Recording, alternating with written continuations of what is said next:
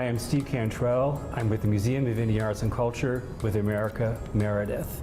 In America, can you tell us a little bit about the artist here, David Bradley, and his use of humor? I know, this show is incredible how much David can cram into his artwork. It's incredible. But I think the humor, it's a way of conveying information that's enticing to the viewer, so he's trying to draw the viewer in. But I think humor challenges you to think outside the box. I mean, all humor is surprise, so. And I think all his work, you could spend so much time with any of these paintings because there's so many levels, and you see more jokes but also more information. I think that's his way of, he's not talking down to any of us. He wants to get us engaged, bring us into what he's talking about. Well, and doesn't he reference a lot of, say, European painting and other icons? But I think one important thing about David is he's looking at the entire world. So there's Japanese culture reference, there's Latin American culture reference, and also I think it's so important that I think he feels very strongly about conveying Native art history too. So he's telling about his own tribe, about tribes down here that he's experienced. There's so many layers, Plains tribes. Well, so like when I walk in and I see sort of a riff on the Mona Lisa, what do you think he's trying to get across there? Don't you think that's a touchstone that any viewer, like he's really trying to welcome the public into his art and his world. Right. And welcome the public and make them feel comfortable in Native American art history and his own Native American art world. How would you put David's art in context of what other Native American contemporary artists are doing?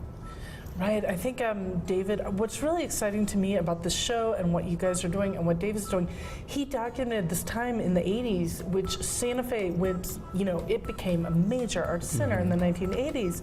And there was so much interest in art as a market, so there was all these forces that he's completely, kind of lampooning, the financial aspect of art that people like to kind of hide under the rug. But it all happened before the internet, so a lot of this information isn't really accessible. You can't instantly Google it, but now thank you for bringing this to our awareness and publishing the book about it, because it was such a pivotal time. This is postmodernism.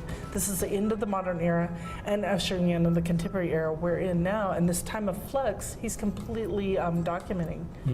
And so, like a lot of people walk in and they'll recognize the scene from the gallery, either downtown or here in the museum, and they'll go, "Oh, I recognize that person and that person." And so he's both documenting, but at the same time he is sort of poking fun. Yeah, but I think it's kind of friendly. Like I know a lot of people wanted to be in his paintings, like it was an honor. Well, I mean, and that's actually the nice thing about David's work, and you pointed that out, is that it's incredibly accessible. But there is a message. And I think appropriation, sometimes in Native communities people hear the word appropriation and they miss appropriation, but I think that's just what we do in music and art, is riff off each other, build on what the previous generation did.